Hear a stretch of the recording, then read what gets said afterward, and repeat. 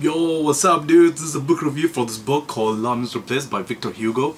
And as you can see, it is a gigantor of a book. So here we go. This book was first published in 1862 and it's thought to be one of the most important books in the 19th century. The book spans from the year 1815 to the year 1832, which we follow the main protagonist's story, Jean Valjean, while he goes through many trials and tribulations and just pure fuckery, man. Essentially, this is a story about social injustice and cruelty, monarchism against republicanism, and it deals with many issues that we deal with even today in many societies around the world. This is an immense work of literature, so I'm just gonna start basically with Jean Valjean when he was released from prison, and he spent 5 years in prison for stealing a loaf of bread, and then added 14 years on top of that for several attempts of escape.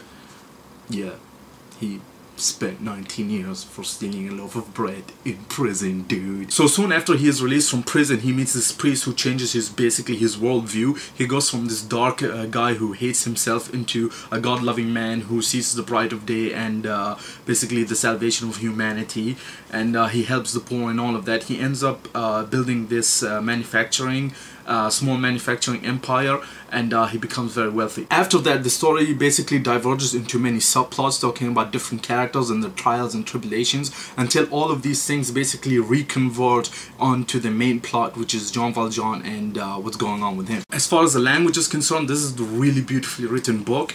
It's like almost, damn dude, you didn't really leave anything else for all of these other writers to write about. The way Victor Hugo described different character psyches is fantastic. You really feel that you know the ins and outs of each character and why they're thinking. He doesn't leave any doubts in your mind. The immense ability that this man has in describing hope and despair is just like fantastic, and the way that he makes it, sort of puts it into perspective on how cruelty is easily dispensed even by good people. This is a novel, but much more than that. It depicts 19th century French society beautifully. It puts into perspective the elements that caused the French Revolution, or let's say the revolutions. In many parts of the book, Victor Hugo would divert from the main narrative and goes into these explanations of what was going on in France at the time of the narrative and previous to it. The combination of storytelling and the philosophy of his beliefs is what makes this book great and gives it a universality because of the truths and values he preaches in this book. It's odd comparing France back then to the France of today. Secular Republican France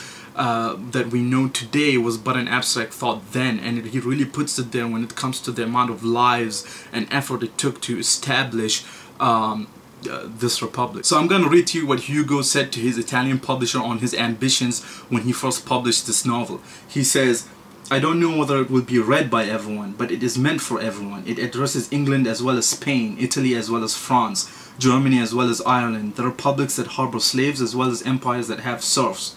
Social problems go beyond frontiers. Humankind's wounds, those huge sores that litter the world, do not stop at the blue and red lines on maps. Wherever men go in ignorance or despair, wherever women sell themselves for bread, wherever children lack a book to learn from or a warm hearth, Les Miserables knocks at the door and says, 'Open up, I am here for you.'" And to me, this sums up the novel. This is what the novel is about. Free education, rights for women, a better and just society. All in all, this is one of the best novels I've read in terms of its importance. I think that everyone should read it. I think it should be in school curriculums. I gave it a 5 out of 5. You have to read it. Just in the service of humanity, you have to read it. Alright, peace. Oh yeah, and it would be awesome if you guys would subscribe and like this video. Bye.